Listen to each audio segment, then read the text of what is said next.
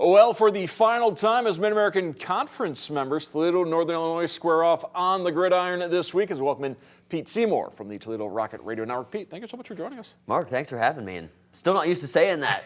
It's been such a good rivalry for so long. It's so odd that NIU is joining the Mountain West next year. But hey, that's just, it is what it is. Yeah, they're joining the Mountain West, getting a lot of money to do so.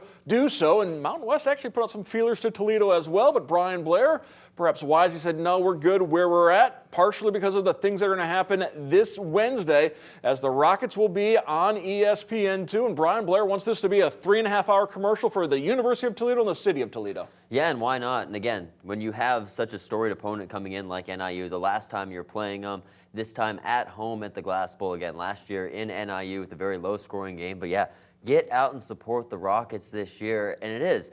When you have these opportunities, I know it's been a debate back and forth. Is midweek MACtion good for the conference? Is it not? Well, either way, whatever you think, take advantage of it. And that is exactly what Toledo is planning on doing this week. So get out and support the Rockets. Again, who knows when you're going to get to see NIU again. That's, again, weird to say, but get out and support the Rockets. And really cool thing that Brian Blair and the athletic department are trying to push for. And it'll be really cool if they can get it done because we know the attendance number is not great Wednesday nights. But hey, 7 o'clock start. Love that. That should help. And historically, the Rockets, they've got a large lead in NIU. I think all time it's like a 35-17 record in Toledo's favor. But, of course, there's that stretch where NIU had won 9 of 12 meetings against the Rockets from 2010 to the early 20s.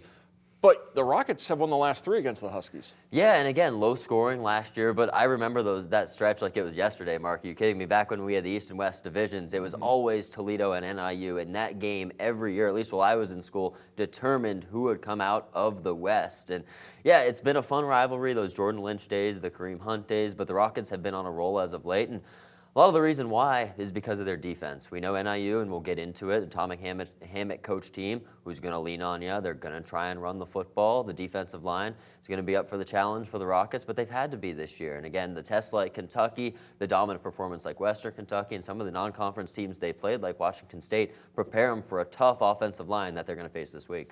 NIU has struggled to score points this season. They are the second lowest scoring team in the Mid-American Conference. Only team below them is UMass. We know how bad UMass is. But an NIU team, just because they can't score, doesn't mean that it's going to be an easy game. No, not at all. And they turned out 270 yards on the ground last week against Ball State. And they snapped a losing streak. So this is a team that's coming in with some momentum. Again, they're going to try and establish the run. Things to look for when Toledo's on offense, first and foremost. They have to stay ahead of the chains. If they can come home, and frankly, I don't want to sound like this, but play how they've been this year at home, I think everything is going to be fine. The scoreboard will tilt in the right way in the Rockets' favor if they can come home and take care of business, but they have to take care of the football, number one. You can't turn it over against a team like this. Again, they're going to try and take possessions away from Toledo. So if you keep giving them the ball, that's more opportunities that your offense is not on the field scoring points and the more advantage they have in getting their running game going and moving it down the field. Number 2, Tucker Gleason. He's been fantastic at home. 10 touchdowns, no picks. Inside the Glass Bowl this season, something to watch out for. Junior Vandeross, his favorite target, just keeps churning out career numbers, moving up the record list for career receptions, career touchdowns at the University of Toledo. Things to look for on the NIU side of things. Well, again, big offensive line, physical front.